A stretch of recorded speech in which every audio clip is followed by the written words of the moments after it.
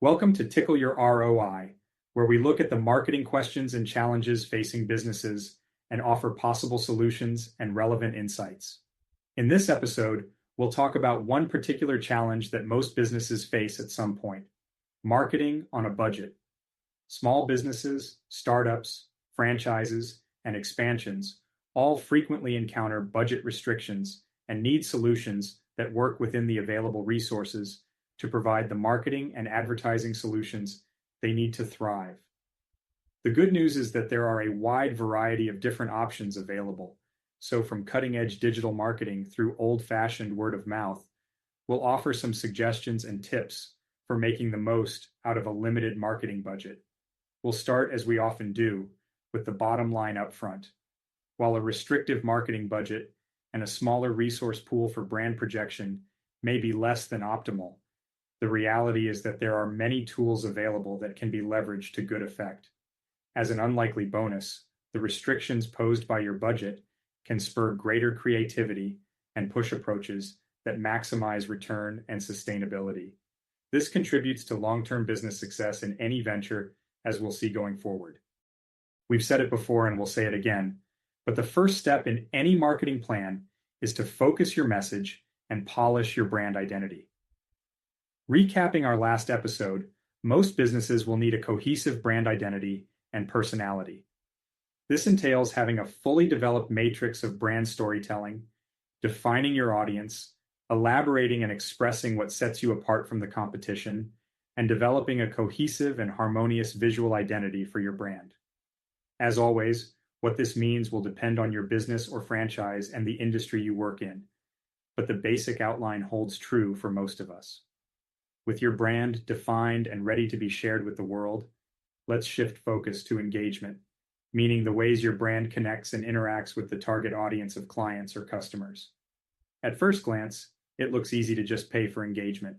Everything you need is for sale: social media following, advertising, flyers, and mailers.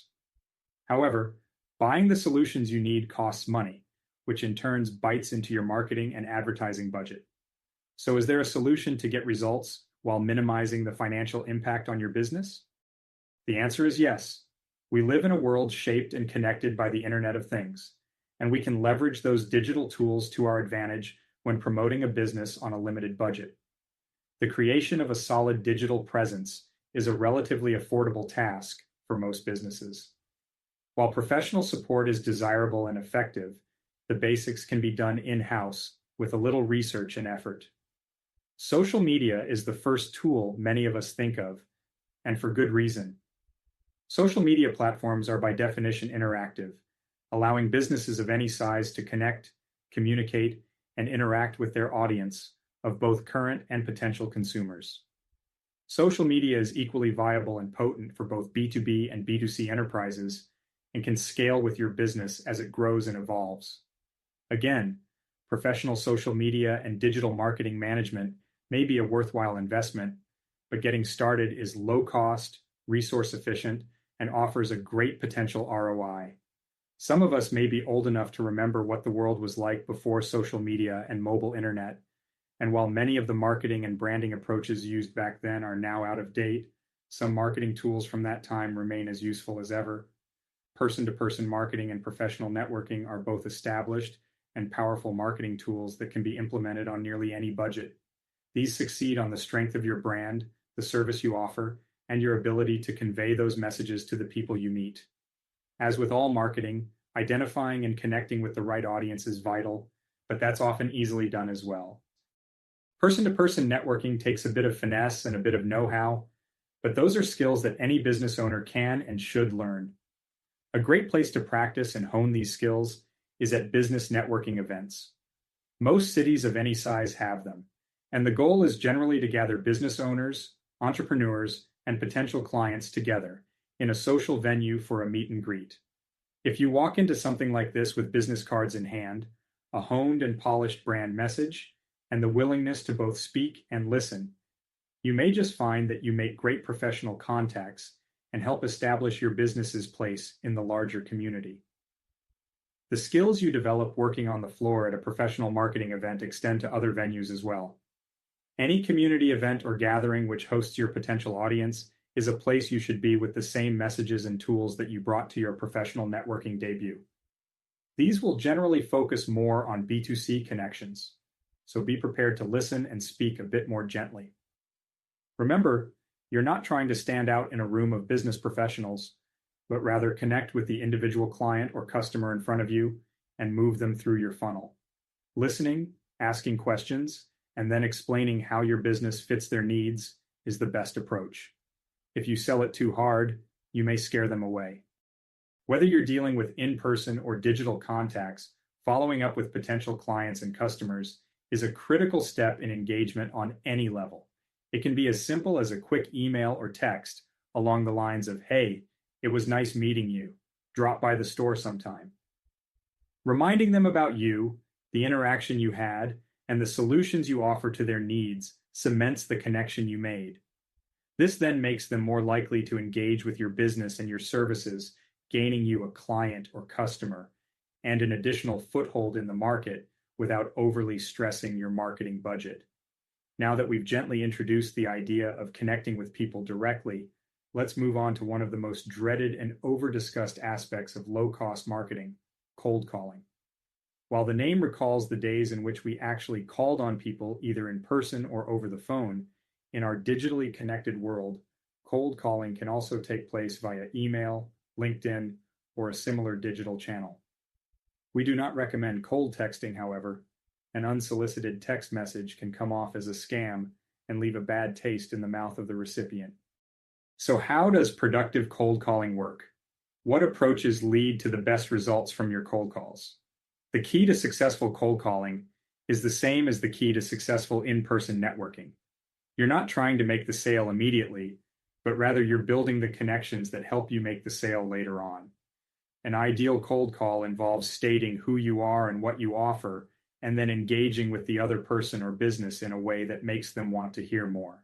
You're using the cold call to set up the meeting that results in a sale, in other words.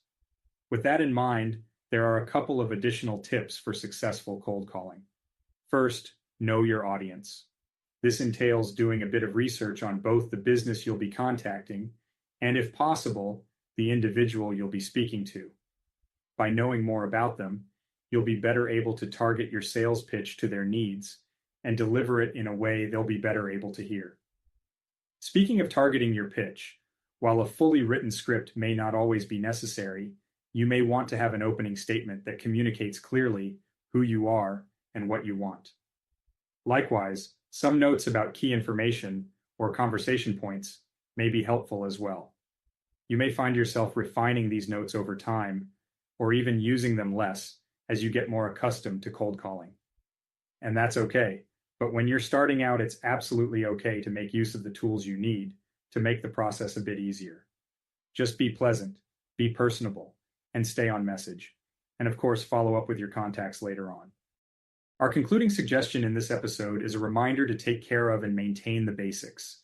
This entails both digital and physical marketing efforts, and of course, specifics depend on your particular business. Some basics include things like ensuring that you have business cards and other marketing materials when you're interacting professionally with potential clients. Keep your digital presence up to date by publishing appropriate and targeted content on your social media profiles, regularly reviewing and responding to online reviews for your business, and engaging with your audience across digital platforms. Regular contact with your established clients or customers is both customer care and a marketing tool. By cultivating your audience and asking for reviews and referrals, you'll leverage directed word of mouth to spread the word about your business and bring new customers to your door. Finally, don't neglect conventional media, meaning television, radio, and print outlets. You may not want to stress your budget by paying for advertising, but press releases announcing your opening, events, or other happenings can go a long way. By connecting with local reporters and media figures, and then cultivating those relationships, you may find it easier to earn media attention for your business. Remember one of the most basic rules of the marketing craft. The best kind of marketing is the kind you don't have to pay for. Good relationships with your audience, with the rest of the business community, and with local media can help toward that end. Well, that's all the time we have for now. Thanks for taking a moment with me to explore some thoughts and ideas about marketing on a budget. As we said at the beginning, this is a challenge most businesses face at some point, but the restrictions of a limited budget can fuel creative marketing responses and overall business success. As always, the world of marketing is complex and evolving, and we'll continue to explore it in future podcasts. So please click follow in order to receive notifications about upcoming episodes. In the meantime, if you have any further questions, visit our website below, check out our social media, or reach out to us via email for questions, business queries, or topic suggestions. This has been Tickle Your ROI with Blake Baxendale, and we'll see you next time.